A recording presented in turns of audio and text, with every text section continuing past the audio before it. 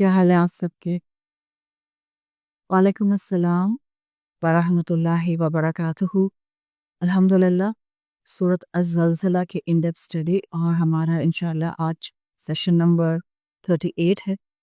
اس میں ہم topic cover کریں گے انڈر آیا نمبر 7، اسأل الخیر، خیر کو طلب کریں، آسک فار خیر۔ آیت نمبر 7 کے حوالے سے ابھی تک ہم نے جتنی ایکسپلینیشن کی ہے، مجھے امید ہے کہ اس نے کافی حد تک آپ کو سورۃ الزلزلہ کے میجر مضمون کی طرف ضرور ڈائیورٹ کیا ہوگا، اس لیے کہ اس کی آخری 2 آیات اس دا کرکس آف دا سورہ۔ اللہ کا نام لے کر ہم اپنا آج کا ٹاپک شروع کرتے ہیں۔ الحمدللہ رب العالمین، والصلاة والسلام علی اشرف الانبیاء والمرسلین وعلى آلہ وصحبہ ومن استنى بسنتہ الی یوم الدین۔ اللہم جعلنا منہم ومن الذین آمنوا وعملوا الصالحات وتواصوا بالحق وتواصوا بالصبر، آمین یا رب العالمین۔ ثم اما بعد، فاعوذ باللہ من الشیطان الرجیم، بسم اللہ الرحمن الرحیم۔ رب اشرح لی صدری ویسر لی امری واحلل عقدۃ من لسانی یفقہوا قولی۔ اللہم ثبتنا عند الموت بلا الہ الا اللہ۔ اے ہمارے اللہ، ہمیں ہماری موت پر کلمہ لا الہ الا اللہ پر ثابت قدم رکھیے، آمین یا رب العالمین۔ آیت نمبر 7 میں، اور اگر آپ اس کا کمپیریزن آیت نمبر 8 سے کرتی ہیں، اللہ تعالیٰ نے آیت نمبر 7 میں فرمایا ہے فَمَن يَعْمَلْ مِثْقَالَ ذَرَّةٍ خَيْرًا يَرَهُ، جو کوئی ذرے کے برابر بھی نیکی کرے گا وہ اس کو دیکھ لے گا۔ وَمَن يَعْمَلْ مِثْقَالَ ذَرَّةٍ شَرًّا يَرَهُ، اگر کوئی ذرے کے برابر بھی شر کرے گا تو اس کو دیکھ لے گا۔ We are focusing on خیر from last few chapters or few bab یا few classes، اور ہم دیکھ رہے ہیں کہ خیر اسلام میں کیسے کنسیڈر کیا جاتا ہے۔ آپ اللہ تعالیٰ کی حکمتوں میں سے، کئی حکمتوں میں سے ایک حکمت یہ دیکھیے کہ اللہ تعالیٰ نے اس صورت کے اندر، جس میں قیامت کا تذکرہ ہے، قیامت کیسے انسانوں کے اوپر آئے گی، دنیا کیسے ایکسپیرینس کرے گی، زمین کیسے اس کو محسوس کرے گی، یہ سب بتانے کے بعد اللہ تعالیٰ نے واضح یہ کیا کہ جب انسانوں کو ان کی قبروں سے نکالا جائے گا تو جو اکاؤنٹیبلٹی ہوگی، اس اکاؤنٹیبلٹی میں پہلے خیر کو مینشن کیا گیا آیت نمبر 7 سے، اور پھر شر کو مینشن کیا گیا۔ تو اسکالرس کے نزدیک اس میں بھی کئی حکمتوں میں سے ایک حکمت یہ بھی اللہ تعالیٰ کی ہے کہ انسان کو خیر کی ویلیو پتہ چل جائے۔ خیر جس کو آپ اسلامک ٹرم کے اندر نیکی کے ساتھ اٹیچ کرتے ہیں، اگر کوئی ڈکشنری میں اس کو چیک کرے گا تو ہو سکتا ہے انگریزی میں آپ اس کی میننگز گڈنس دیکھیں۔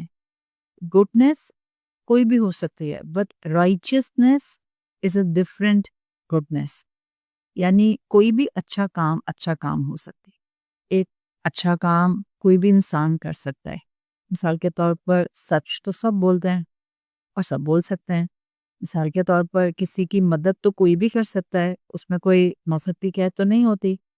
مثال کے طور پر ہم کہتے ہیں کہ ایک انسان نان مسلم ہے مگر بہت فلنتھراپسٹ ایکٹیویٹیز کرتا ہے، سوشل ورک کرتا ہے، انسانیت کی خدمت کرتا ہے، تو الحمدللہ وہ سارے اچھے کام ہیں۔ بٹ جب آپ نیکی کی بات کرتے ہیں تو نیکی ایک وہ اچھا کام ہے جو صرف اچھا کام نہیں ہوتی، بلکہ وہ بریکٹ ہوتی ہے اللہ کی رضا اور رسول اللہ صلی اللہ علیہ وسلم کی میتھڈالوجی سے۔ تو ڈفرنس آ جاتا ہے۔ اکثر وہ جو ہمارے ذہنوں میں سوال آتا ہے کہ نان مسلم بھی تو اچھے کام کرتے ہیں، تو بھلا ان کو ان کے اچھے کاموں کا صلہ نہیں ملے گا؟ بہت سے لوگ کہتے ہیں کہ نان مسلمس جو اس دنیا سے چلے گئے اور انہوں نے انسانیت کی اتنی خدمت کی، تو بھلا کیا ان کو اللہ تعالیٰ معاف نہیں کرے گا؟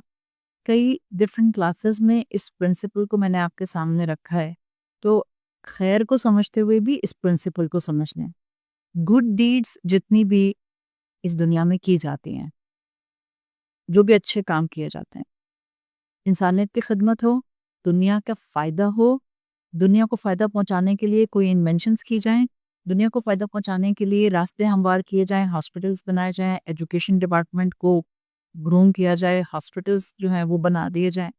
یہ سارے اچھے کام مسلمان کرتے ہیں یا نان مسلمس کرتے ہیں؟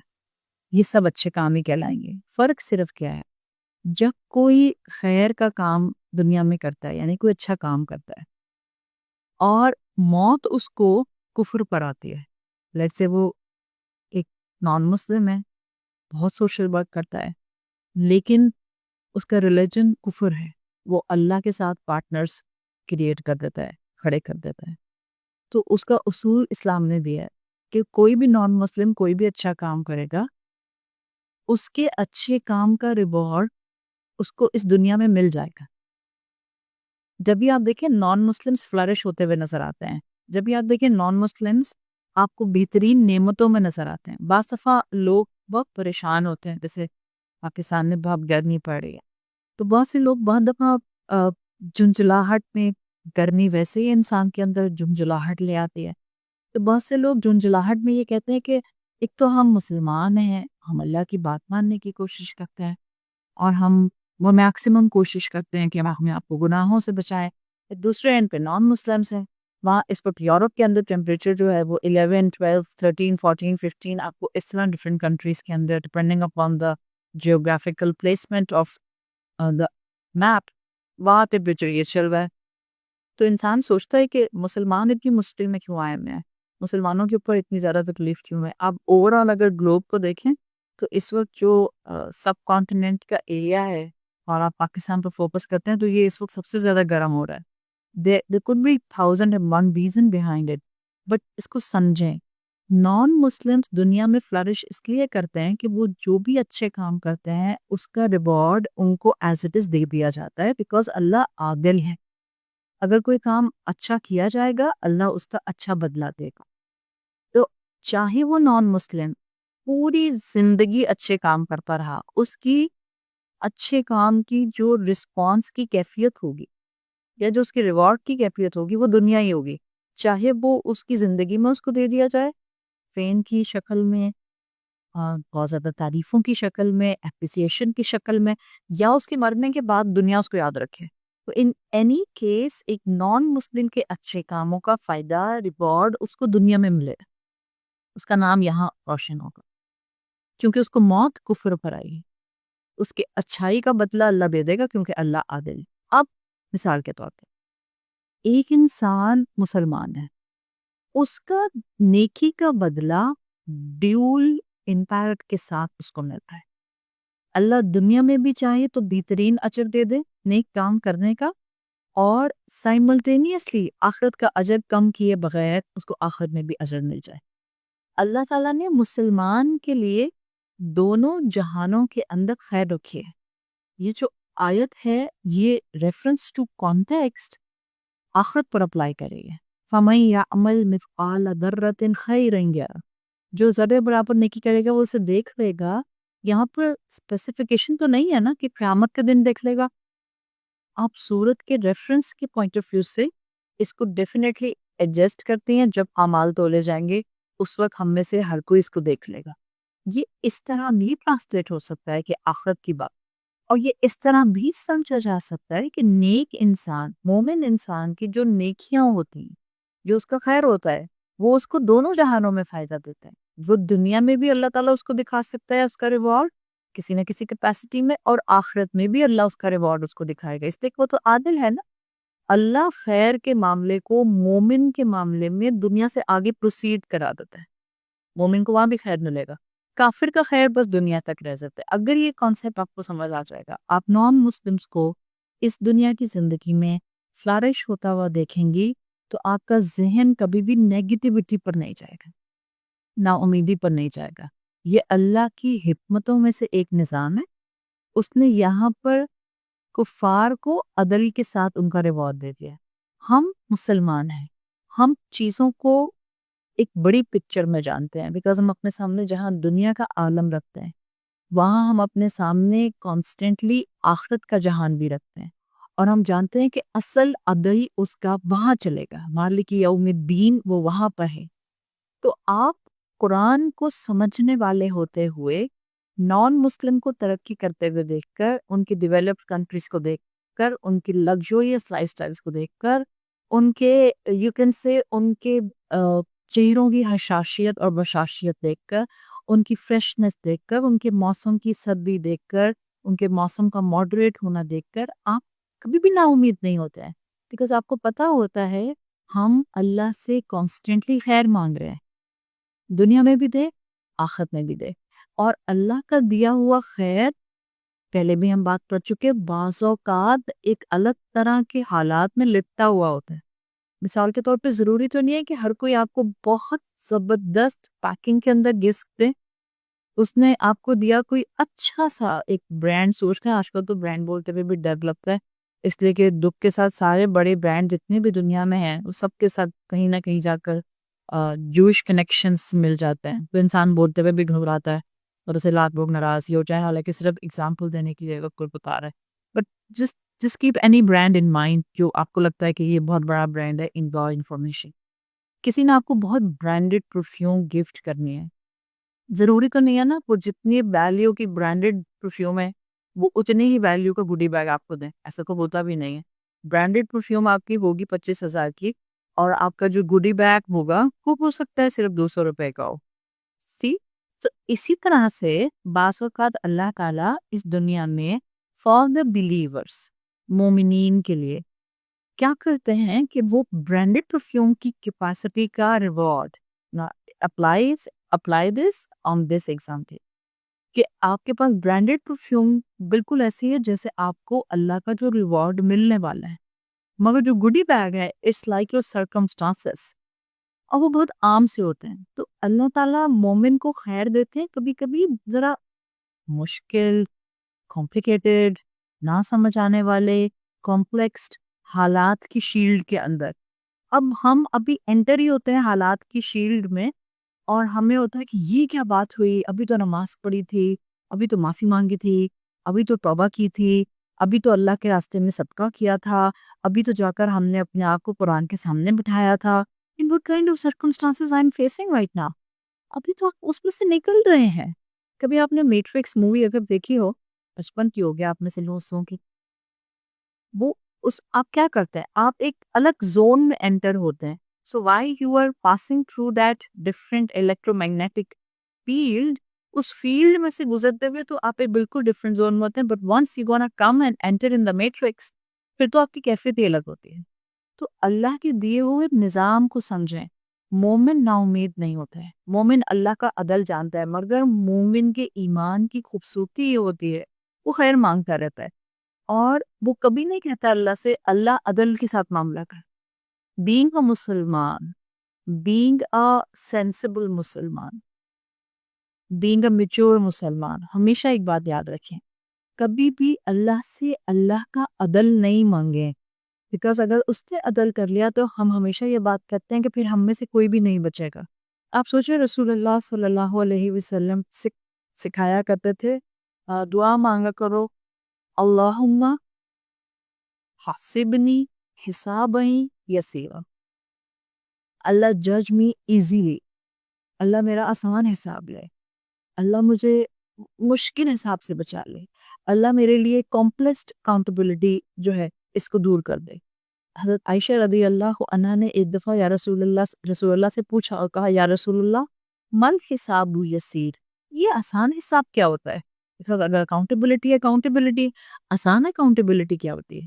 تو آپ صلی اللہ علیہ وسلم نے فرمایا آسان حساب یہ ہوگا، آپ کی حدیث کا مفہوم آتا ہے کہ اللہ بندے کے نامہ اعمال میں اس کی خطائیں دیکھے گا، اس کی کمزوریاں دیکھے گا، اس کے گناہ دیکھے گا، اور بائی پاس کر دے گا، چھوڑ دے گا، درگزر کر دے گا، اور کہے گا میں نے معاف کیا۔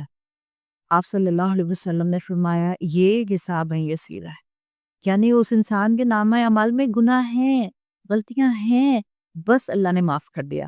یہ مومنین کے ساتھ ہوگا۔ تو آپ کیوں گھبراتے ہیں جب آپ کو یہ ہوتا ہے کہ ہم دنیا میں مشکل میں، کفار آسانی میں، ہم گرم موسم میں، وہ ٹھنڈے موسم میں؟ مت سوچیں اس طرح سے. اللہ تعالیٰ نے آپ کو یہ بالکل اس وقت حالات، موسم، مشکلات، ایک کسی بھی تھرڈ ورلڈ کے اندر رہنے کے جو بھی نقصانات ہیں، ان سب کو ایک ایسی ریپنگ شیٹ کی شکل میں دیا ہوا ہے کہ جس کے اندر خیر ہے. ہاں، خیر اس کے لیے ہوگی جو ان حالات میں اللہ سے جڑا رہے گا، اس کی فرما برداری اڈاپٹ کرے گا، اپنی زندگی میں گناہوں کو دور کرنے کی کوشش کرے گا اور خیر کی امید پر جیے گا. اللہ اس کو اس دنیا میں بھی خیر سے نوازے گا. یہ آپ کا ایمان ہونا چاہیے. اگر آپ نے ایمان کے ساتھ زندگی گزاری، اللہ آپ کو اس دنیا میں بھی خیر ایکسپیرینس کرائے گا. حضرت عبداللہ بن عمر رضی اللہ عنہما فرماتے ہیں، رسول اللہ صلی اللہ علیہ وسلم نے فرمایا، من فتح لہ منکم باب الدعاء، تم میں سے جس کے لیے دعا کے دروازے کھولے گئے، فتحت لہ ابواب الرحمہ، اس کے لیے رحمت کے دروازے کھول دیے گئے.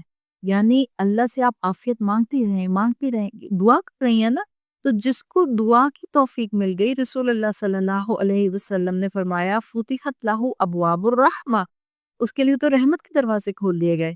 وما سئل اللہ شیئا، اور اللہ سے کوئی سوال نہیں کیا گیا، یعنی احب الیہ من ان یسأل العافیہ، اللہ کے نزدیک اس سے عافیت طلب کرنا ہر چیز مانگنے سے زیادہ محبوب ہے. میں نے آپ کو پچھلی کلاس میں بتایا تھا کہ ایک روٹین بنا لیں، جب بھی دعا کے لیے ہاتھ اٹھائیں ضرور ایک جملہ بولیں، اللہ مجھے خیر اور عافیت عطا فرما. اللہ دنیا میں بھی خیر دے اور آخرت میں بھی خیر دے. آپ مسند احمد میں ایک حدیث دیکھتی ہیں، امام احمد بن حنبل سے ہے، حضرت ابو بکر صدیق رضی اللہ عنہ سے ایک بڑی لمبی روایت نقل کی جاتی ہے. کہتے ہیں، مفہوم آتا ہے، میں نے رسول اللہ صلی اللہ علیہ وسلم سے سنا ہے، آپ نے ارشاد فرمایا، لم تؤتوا شیئا بعد کلمۃ الاخلاص مثل العافیہ فاسألوا اللہ العافیہ. میں نے کلمہ شہادت لا الہ الا اللہ محمد رسول اللہ کے بعد عافیت سے بڑھ کر کوئی چیز نہیں دیکھی جس کا اللہ سے سوال کیا جائے اور وہ بے تحاشا خیر لے کر آئے.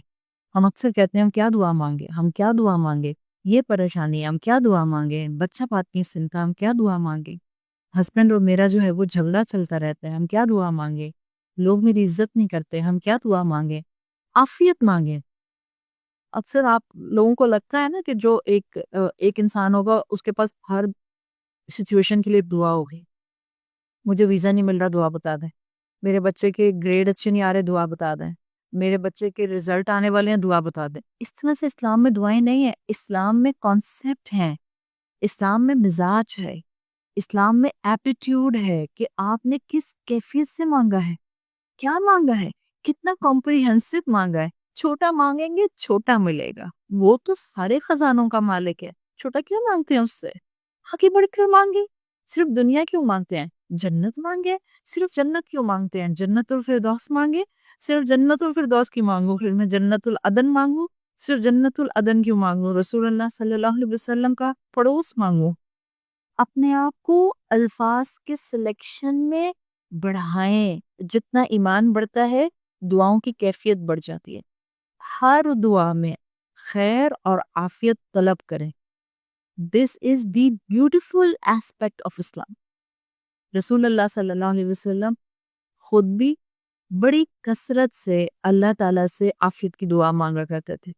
مختلف احادیث میں آپ کو پچھلی 2-3 کلاسز سے بتاتی ہوئی آ رہی ہوں کہ آپ صلی اللہ علیہ وسلم نے کتنی عافیت طلب کی، اور ایک صبح شام کی دعاؤں میں بھی دعا آپ کو بتائی تھی جو ابو داؤد میں آتی ہے، اللہم انی اسألک العافیۃ فی الدنیا والآخرہ. بہت سو کو یاد ہوگی، اللہم انی اسألک العفو والعافیۃ فی دینی و دنیای و اہلی و مالی، اللہم استر عوراتی. اللہ میرے گناہوں کو چھپا لے، اللہ میری کوتاہیوں کو ڈھانپ لے، اللہ مجھے خیر عطا فرما دے. مانگے اس سے اور کانسٹنٹلی خیر مانگے. میں آپ کو ایک واقعہ بتاتی ہوں جو کہ سورۃ یوسف کی تفسیر میں کثرت کے ساتھ آپ کو میجورٹی آف دا تفسیر ملتا ہے. وہ جو یوسف علیہ السلام کی کہانی میں ٹرننگ ہے نا، جہاں یوسف علیہ السلام جیل چلے گئے تھے. یوسف علیہ السلام اللہ کے نبی تھے، ٹھیک ہے، رسول نہیں نبی تھے، اور ان کا واقعہ ہی از دا اونلی ون نبی جن کا واقعہ قرآن میں ایک مقام پر آیا ہے اور ایک کہانی کی فارم میں آیا ہے. باقی تو آپ انبیاء کا قصہ بٹس اینڈ پیسز میں پڑھتی ہیں. تو سورہ یوسف پوری کی پوری صرف یوسف علیہ السلام پر جو آزمائشیں ان پر آئیں اللہ تعالیٰ نے اس کو بہترین طریقے سے کھول کر ہمارے سامنے بیان کر دیا. And there are enormous lessons in سورۃ یوسف. کبھی اللہ تعالیٰ نے توفیق دی انشاءاللہ تو سورۃ یوسف پڑھیں گے. یوسف علیہ السلام کی جو پرسنالٹی ڈپکٹ کی گئی ہے اس سورۃ یوسف میں وہ ایسی ہے کہ آپ یوسف علیہ السلام اپنی ہر آزمائش میں ثابت قدم رہے اور قرآن نے ان کی ثابت قدمی کو مینشن کیا ہے. اچھا ان کی کہانی میں ایک موڑ آتا ہے جب وہ مصر آئے اور عزیز مصر نے جو ایک منسٹر تھا فرعون کا اس نے ان کو خرید لیا. وہ غلام کی شکل میں آئے تھے, بازار میں بک رہے تھے. عزیز مصر نے خرید لیا. عزیز مصر خرید کے اپنے گھر لے گیا. اپنی بیوی سے کہا کہ یہ بچہ ہے, ینگ تھے بالکل 12-13 سال کے, یہ بچہ ہے اور یہ ہمارے ساتھ رہے گا. اس کی اولاد کوئی نہیں تھی. اس کی بیوی کا نام زلیخا آتا ہے. اب وقت گزرنا شروع ہوا. Since his childhood he was a beautiful child. یوسف علیہ السلام بہت خوبصورت اپنا بچپن, خوبصورت اپنا ایڈولسنس, خوبصورت جوانی کا time. He was a young good looking handsome boy. تو جب عزیز مصر کی بیوی وقت کے ساتھ ساتھ دیکھتی رہی, ان میں کوالٹیز بہت زیادہ تھی. دو چیزیں کپلڈ ہو جائیں نا تو انسان کی شخصیت میں وقار اور شرف بڑھ جاتا ہے. اللہ نے آپ کو خوبصورتی دی ہو اور آپ اس خوبصورتی کو کپلڈ کر لیں اخلاقیات, ایمانیات اور بہترین زندگی گزارنے کے مزاج کے ساتھ, آپ دیکھیں گی آپ کی شخصیت کو 4 نہیں 14 چاند لگ جائیں گے. اللہ نے ہر انسان کو خوبصورت بنائے. جب انسان اپنی فزیکل خوبصورتی پر جو اللہ نے اس کو دی اس پر راضی ہو جاتا ہے اور اپنے ایمان کو اور اپنے اخلاق کو نکھارنے کی کوشش کرتا ہے, دس از دی بیوٹیفل سپر پرفیکٹ کمبینیشن جو ریکوائرڈ ہے. دیکھیں میں آپ کو ایک حقیقت بتا رہی ہوں جو آج سائیکالوجی بتاتے ہیں. سائیکالوجی کہتی ہے کہ ایک ہی بات 2 طرح کے لوگ کرتے ہیں. ایک انسان بہت ہینڈسم ہے اور ایک انسان بس ریگولر سا میڈیوکر سا ہے. وہی بات جو ہینڈسم انسان کرتا ہے وہ زیادہ اپیلنگ لگتی ہے, زیادہ سنی جاتی ہے, زیادہ افیکٹو ہو جاتی ہے. صحیح, بٹ اٹس ناٹ جسٹ. اسلام اس چیز کو بالکل الگ بیان کرتا ہے. اسلام کہتا ہے ہر خوبصورت انسان جو بات بیان کرے وہ نہیں اثر کرتی, ہر وہ انسان جو اپنے رب کی نعمتوں پر راضی ہے اور سائملٹینیسلی وہ جو کہتا ہے اس پر عمل کرتا ہے تو اللہ اس کی بات میں افیکٹیوٹی لے کر آ جاتی ہے. صحیح. تو یوسف علیہ السلام کو اللہ تعالیٰ نے حسن بھی دیا تھا, اخلاق بھی دیا تھا, ایمان بھی دیا تھا, اور بہت زیادہ یوسف علیہ السلام جو تھے وہ ڈیسنٹ چائلڈ کی شکل میں تھی. تو زلیخا کی نیت خراب ہوئی, شیطان تو کہیں بھی آ سکتا ہے, اور بجائے کہ وہ بیٹا بناتی, زلیخا نے یوسف علیہ السلام کو بہلانا چاہا, ٹریپ کرنا چاہا. اور آپ ساری کہانی جانتے ہیں, ظاہری بات ہے میں اس کو ڈیٹیل میں نہیں جاؤں گی. In short, to cut it short, Zulaikha نے کہا یوسف علیہ السلام سے کہ اگر تم نے میری بات نہیں مانی, یعنی اگر تم نے میرے مطابق جو میں تم سے چاہ رہی ہوں تم نے نہیں کیا تو میں تم کو جیل بھجوا دے. اس موقع پر یوسف علیہ السلام, ظاہر ہے he was the young boy at that time, اس موقع پر یوسف علیہ السلام نے اللہ تعالیٰ سے دعا کی, اور دعا کیا تھی؟ رب السجن احب الی مما یدعوننی الیہ. اے میرے اللہ, یہ عورتیں مجھے جس کام کی طرف دعوت دے رہی ہیں اس سے زیادہ تو مجھے جیل خانہ پسند ہے. یہ یوسف علیہ السلام کے الفاظ سے ان کی دعا تھی.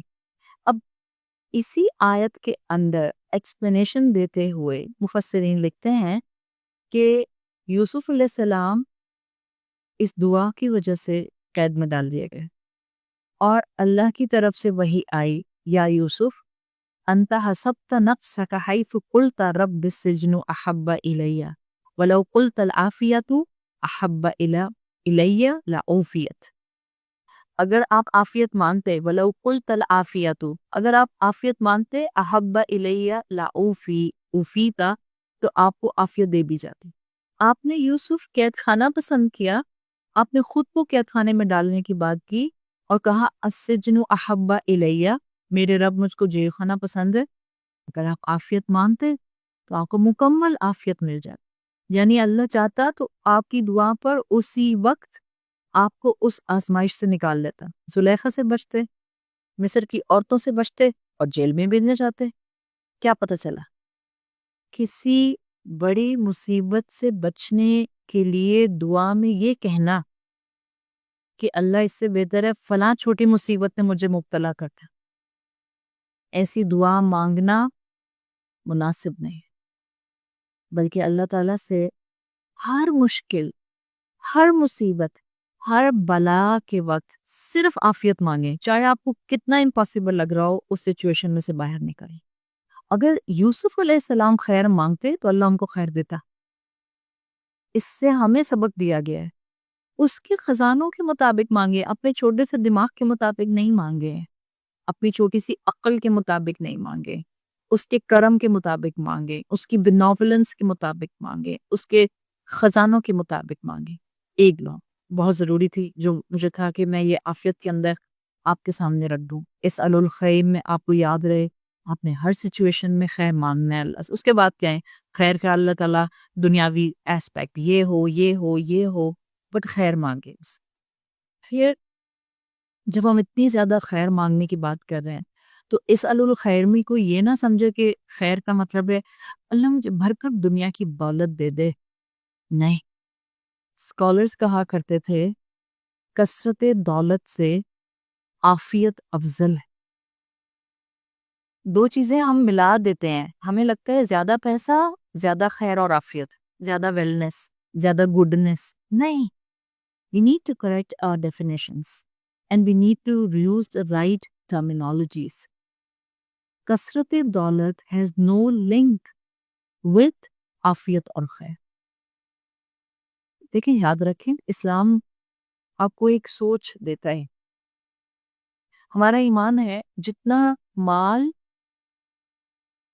ہمارے نصیب میں ہوتا ہے وہ اللہ ہمیں دے دیتا ہے، جو تقدیر میں رزق لکھا ہے وہ مل کر رہتا ہے۔ دولت کا ملنا یا نہ ملنا کسی انسان کو خیر ملنے اور خیر نہ ملنے سے ایکویٹ نہیں کیا جاتا، بلکہ اسلام تو ایک اور درجہ آگے جا کر سمجھاتا ہے کہ دولت کی کثرت ہر انسان کے حق میں فائدہ مند نہیں ہوتی۔ دولت کی کثرت صرف ان لوگوں کے لیے فائدہ مند ہوتی ہے جن کو اللہ تعالیٰ دولت کی کثرت کے ساتھ دین کی نعمت اور اپنا خوف اور اپنی محبت دے دیں، اس کے لیے دولت فائدہ مند ہے۔ ورنہ دولت مل گئی اور نافرمان ہو گئے، تباہی ہے۔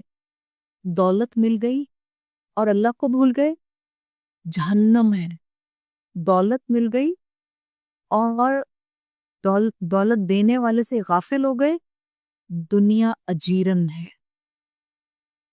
تو اللہ کا نظام ہے، بعض اوقات اللہ نہیں دیتا تو اس میں ہمارا فائدہ ہی ہوتا ہے، خیر ہوتی ہے۔ یہ وہی سرکمسٹانسز والی بات، ریپنگ شیٹ والی بات، سستی ریپنگ شیٹ، سستا گوڈی بیگ، اس کی بات سمجھ جائے۔ کیا پتہ دولت مل جائے تو ہم لوگوں کے حقوق ادا نہ کریں۔ ہزاروں لوگ ہیں، بلکہ ہزاروں تو بہت چھوٹے ہیں، کروڑوں لوگ ہیں